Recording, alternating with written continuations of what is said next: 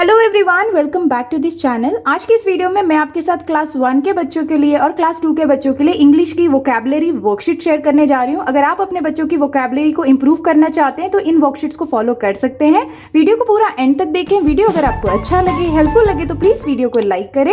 Channel पे अगर आप नए हैं तो सब्सक्राइब करके वीडियो अदर पेरेंट्स के साथ शेयर जरूर करें। जितनी भी वर्कशीट मैं आपके साथ शेयर कर रही हूँ, ये अगर आपके बच्चे क्लास 1 में है या क्लास 2 में है तो उनकी वोकैबुलरी को इंप्रूव करने के लिए आप इस समर वेकेशन बच्चों को इस तरह से प्रैक्टिस करवा सकते हैं।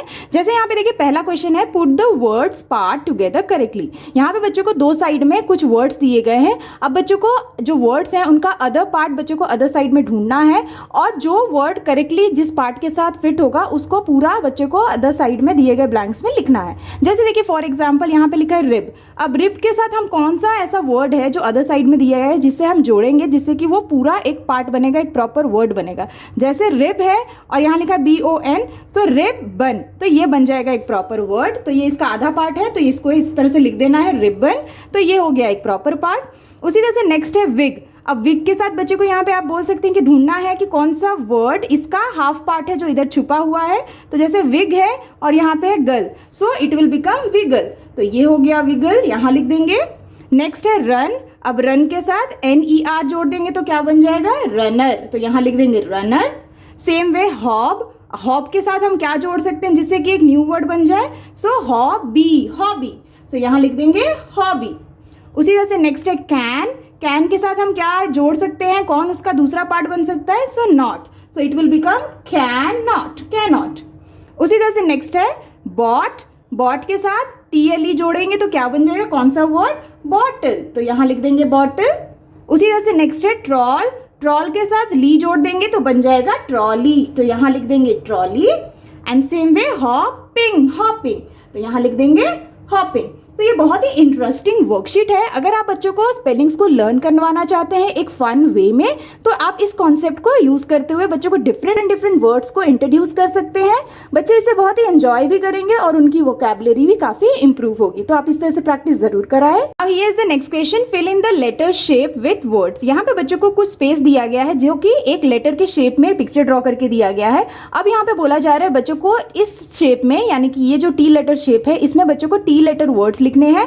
एंड सेम वे यहाँ पे जो ये H लेटर शेप है इसमें बच्चों को H लेटर वर्ड्स लिखने हैं। तो ये भी बहुत ही इंटरेस्टिंग कॉन्सेप्ट है। इसमें बच्चों को बस ये करना है कि जो भी T लेटर से रिलेटेड वर्ड है आप बच्चों को या तो पर्टिकुलर स्पेसिफिक चीजें लिखने के लिए कह सकते हैं, जैसे T लेटर से कोई एनिमल्स के नेम या फ्रूट्स के नेम या फिर वेजिटेबल्स के नेम या कोई भी सिटीज के नेम, आप कोई भी स्पेसिफिकेशन दे सकते हैं। या फिर आप बच्चों को रैंडमली कोई भी वर्ड लिखने के लिए कह सकते हैं जो T लेटर से स्टार्ट हो या फिर H लेटर से स्टार्ट हो, या भी कोई अदर लेटर्स को भी आप इंक्लूड कर सकते हैं। जैसे यहाँ पे T वर्ड की बात की जा रही है तो T से क्या क्या लिख सकते हैं बच्चे, जैसे ट्रेन, उसी तरह से ट्री हो गया, T for tree, same way trust, same way trim, तो ये हो गए T लेटर वर्ड्स। अब H लेटर वर्ड्स की बात करते हैं तो जैसे हो जाएगा हॉप, उसी तरह से हो जाएगा हॉपिंग, सेम वे हट, हेल्प, हग, हैप्पी, हाइड, हॉट।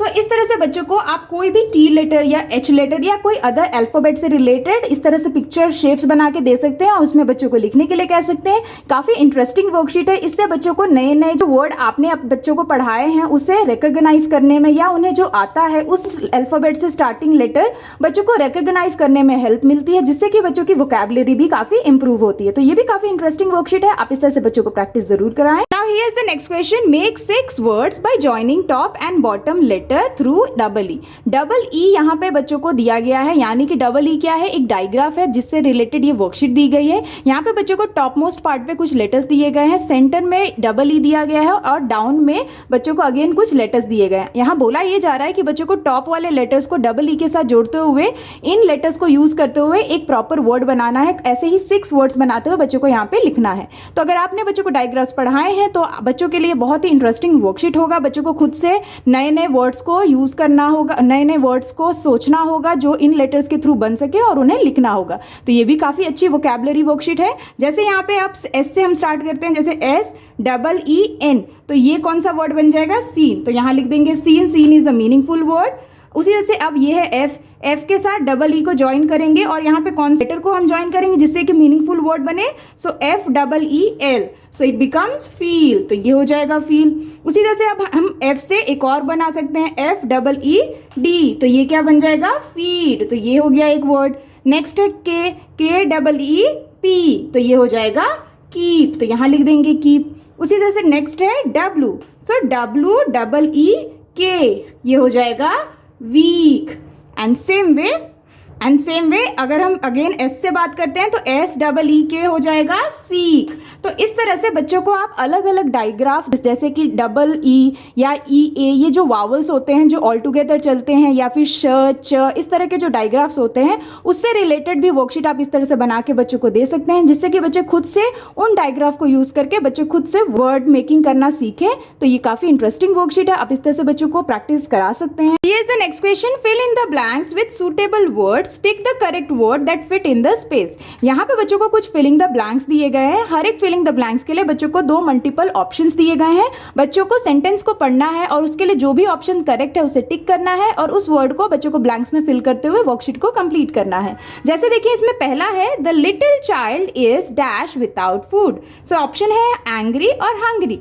तो बच्चों को इसे समझने के लिए बच्चों को पिक्चर्स भी ड्रॉ करके दिए गए हैं। तो इसमें कौन सा वर्ड करेक्टली फिट होगा as per the sentence, the little child is hungry, क्योंकि बच्चा भूखा है इसीलिए रो रहा है, so the little child is hungry without food. तो हंग्री को टिक करना है और इस वर्ड को बच्चों को यहाँ पे लिखना है। उसी तरह से नेक्स्ट है, the girls are looking at the dash, यहाँ पे बच्चों को पिक्चर ड्रॉ करके दिया गया है और इसके लिए ऑप्शन है पिक्चर और पिक्चर।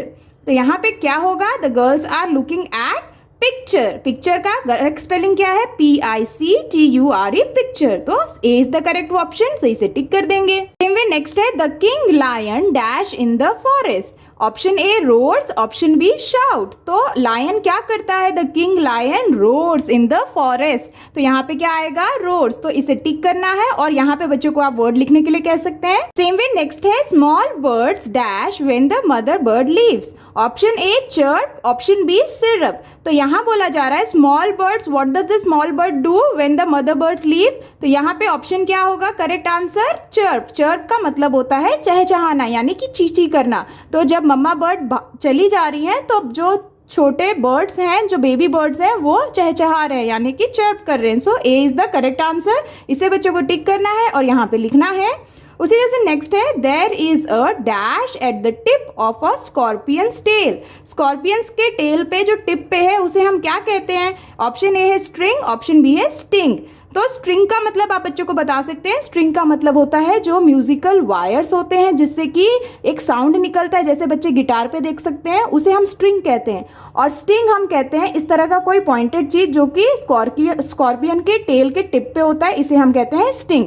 तो इसका सही आंसर हो जाएगा स्टिंग। तो इस तरह से आप बच्चों को नए नए words as per the sentence उनको कैसे यूज कर सकते हैं, इस तरह की वर्कशीट देते हुए आप बच्चों को समझा सकते हैं और बहुत ही आसानी से पिक्चर्स के थ्रू प्रैक्टिस भी करवा सकते हैं। Here is the next question, make 3, 4 और 5 letter words from the letter of the given words. यहाँ पे बच्चों को एक वर्ड दिया गया है जो कि है बास्केटबॉल। अब इस बास्केटबॉल के जो लेटर्स हैं, इन लेटर्स को यूज करते हुए बच्चों को कोई भी 8 न्यू वर्ड्स क्रिएट करने हैं, इन्हीं लेटर्स को यूज करते हुए इस वर्ड में जो भी लेटर्स हैं।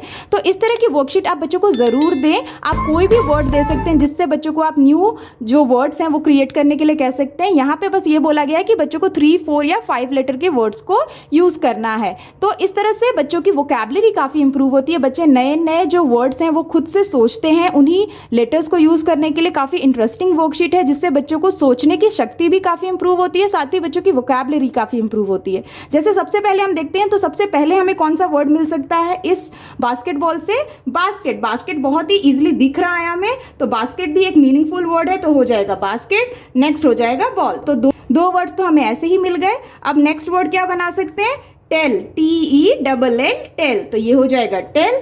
नेक्स्ट वन क्या बन सकता है, आस्क, ASK, आस्क हो जाता है, तो ये भी एक न्यू वर्ड हो गया। उसके बाद देखते हैं, अब जैसे एक और वर्ड बन सकता है BEST, BEST क्या होता है, बेस्ट, बेस्ट हो गया। उसके बाद एक और वर्ड बन सकता है BLAST, तो BLAST हो जाएगा ब्लास्ट। उसके बाद नेक्स्ट वर्ड क्या बन सकता है, LAST, तो ये हो जाएगा लास्ट। उसी तरह से एक और वर्ड हम क्या बना सकते हैं, TAST, AKE, टेक। तो इसी तरह से आप भी बच्चों को, जैसे हमने यहाँ पे 8 वर्ड्स इन्हीं लेटर्स को यूज करके न्यू 8 वर्ड्स बना दिए जो मीनिंगफुल है, तो इस तरह से आप भी बच्चों को इस तरह की वर्कशीट दें जिससे कि जो बच्चों के न्यू वर्ड्स को फॉर्म करने की जो वोकैबुलरी स्किल है वो इंप्रूव होती है इस तरह की वर्कशीट से। आप इस तरह से बच्चों को इस समर वेकेशन जरूर प्रैक्टिस करवाएं। Here is the next question, read the clues and find words that solve the riddles, all the riddles must rhyme with the word given. यहाँ पे बच्चों को कुछ क्लूज दिए गए हैं जिनको बच्चों को सॉल्व करना है और उनके लिए एक प्रॉपर वर्ड ढूंढना है। बच्चों को यहाँ पे ये ध्यान रखना है, जो भी बच्चे रिडल सॉल्व कर रहे हैं उसका जो भी वर्ड बच्चे लिखेंगे वो इस वाले जो वर्ड है यानी कि एयर वर्ड से राइम होना चाहिए। तो ये भी बहुत ही अच्छी इंटरेस्टिंग वर्कशीट है बच्चों की वोकैबुलरी को इंप्रूव करने के लिए। जैसे यहाँ पे देखिए पहला जो ये वर्ड है ये है एयर। अब यहाँ पे जो क्लू दिया है वो है अ फॉरेस्ट एनिमल। तो बच्चों को यहाँ पे वो एनिमल का नाम सर्च करना है जो एक फॉरेस्ट एनिमल है और उसका जो नाम है वो एयर से राइम होना चाहिए। तो क्या हो सकता है फॉरेस्ट एनिमल, तो बेर। बेर एयर से राइम होता है तो ये हो गया बेर। उसी तरह से नेक्स्ट है a type of fruit. A type of fruit क्या हो सकता है, पेर। अगेन पेर भी एयर से राइम हो रहा है। उसके बाद नेक्स्ट है रिप अपार्ट। रिप अपार्ट को हम क्या कहते हैं, टेर। तो यहाँ लिख देंगे टेर, ये भी राइम होता है एयर के साथ। उसके बाद नेक्स्ट क्या है, the opposite of here. Opposite of here का क्या होता है वर्ड, देर। तो ये लिख देंगे देर, अगेन ये भी राइम है एयर से। उसके बाद नेक्स्ट देखते हैं look at someone for a long time. जब हम किसी को लंबे समय तक देखते रहते हैं तो उसे हम क्या कहते हैं, उसे हम कहते हैं स्टेयर। तो यहाँ लिख देंगे स्टेयर, और स्टेयर भी एयर से राइम हो रहा है। उसी तरह से नेक्स्ट है what you do with clothes. हम क्लॉथ्स के साथ क्या करते हैं, हम उसे पहनते हैं तो उसे हम कहते हैं वेयर। अगेन ये भी राइमिंग वर्ड हो गया एयर का। नेक्स्ट है two matching items. Two matching items को हम क्या कहते हैं, पेयर। तो पेयर लिख देंगे। उसी तरह से नेक्स्ट है a place to walk up और डाउन। जहाँ पे हम अप एंड डाउन वॉक करते हैं उसे हम क्या कहते हैं, उसे हम कहते हैं स्टेयर। तो यहाँ लिख देंगे स्टेयर, अगेन ये भी एयर से राइमिंग है। उसके बाद नेक्स्ट है a piece of furniture. Piece of furniture chair. तो चेयर एक पीस ऑफ फर्नीचर है और अगेन ये एयर से राइम हो रहा है। नेक्स्ट है नॉट कॉमन। जो कॉमन नहीं होता है उसे हम क्या कहते हैं, उसे हम कहते हैं रेयर। रेयर यानी कि जो कॉमन नहीं हो, तो अगेन ये भी एयर से राइम हो रहा है। उसी तरह से नेक्स्ट है अ shape with 4 equal side. 4 equal side का जो शेप है उसे हम क्या कहते हैं, जो कि राइम भी है एयर का, उसे हम कहते हैं स्क्वायर।